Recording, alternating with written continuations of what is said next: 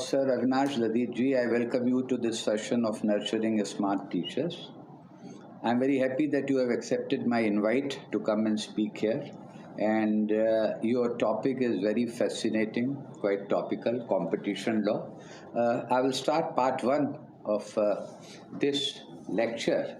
And my question to you would be, what is competition and what is competition law? So first I answer your question. I must congratulate you and thank you from the entire legal academic fraternity as well even the professionals. Because so far in India we are working very hard how to train students. But then somehow I think we forget that we need to train our teachers also. And as per my experience in academic institutions, teachers are well educated, knowledgeable, but not trained enough to teach how to teach. Well, So right. first of all, congratulations. Thanks. And now I come back to your question. What is competition? Competition is simple. That two people, two organizations, two institutions, they should compete. The benefits of competitions are very clear. It brings innovation, it brings efficiency. So when we apply the same principles in business side, then the competition law is a tool. Again, please mark this word tool, as an economic tool, as a social regulation tool to bring economic and social justification and justice in society. As our article say, our constitution says that there should be justice in society. But how to bring justice in economic sector where companies are operating and they are impacting our life? So what we want that they should compete with each other.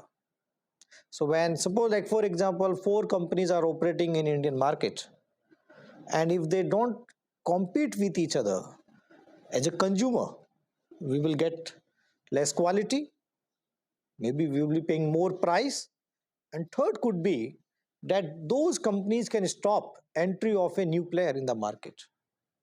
So considering all these things, I can say that competition law is aiming for multiple dimensions.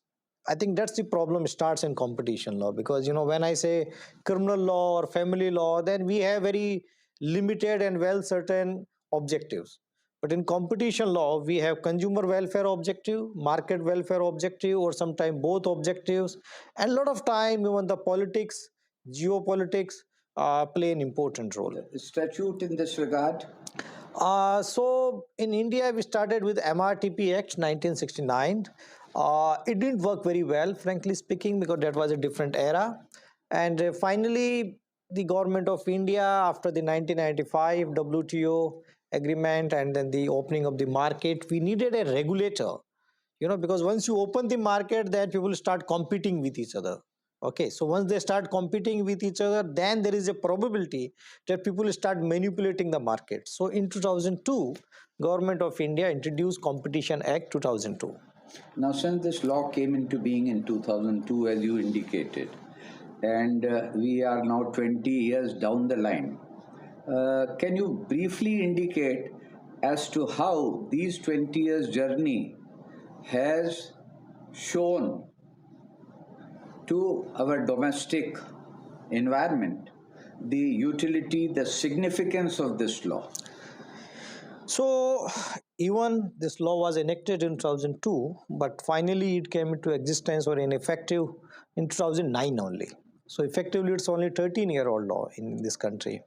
And we should not forget that competition law is a process. Like for example, in USA, they started competition law or the Antitrust Law Sherman Act in 1889. In Europe, they started in 1957. So India was already very late. And when we started acting in 2009, from 2009 to 2012, I can say, people can have different approaches. It's like a half, empty, half full type of approach. But I can say that in last 13 years, people are feeling the impact of CCI. Even on the normal layman discussions, people are talking about CCI, how CCI is interfering in the digital market, like the Google, Amazon, all big companies. So I must say that in a holistic manner, CCI has created good impact in our society and in our entire ecosystem. That you have used the word interfering. Yes, that's a job of a regulator, because when the market, it's just like a game, it's like a football game. When players are playing, if they are following rules and regulation, a referee should not interfere. But once a player starts doing something wrong, then a referee has to interfere, intervene. And in competition law, we call it market correction. When market fails, then a regulator has to intervene and correct the market. Linked to this, what are the career opportunities for the students of competition law today? So we have national and international possibilities. So, for example, in India, you can work with all top law firms. You name any top law firm in this country, at least 10 to 15 top law firms are operating in competition law. They have their own competition law teams also. So apart from law firms, I think new avenues are also emerging. Like, for example, competition policy. So new think tanks are hiring competition students. NGOs are hiring competition scholars. Even a lot of government agencies are hiring competition students, and even CCI, because CCI also takes a lot of students after their LLM and LLB. So I think in private and in government, and as I said, it's only 13 years, so we are evolving. So now, a few days back, Look further scope for oh, expansion in this. very much. In next 5 year, my prediction is that in every big company, in all big companies, you will find one competition law expert, and that guy will not be the part of the legal team. That guy will be a separate person directly reporting to the top management.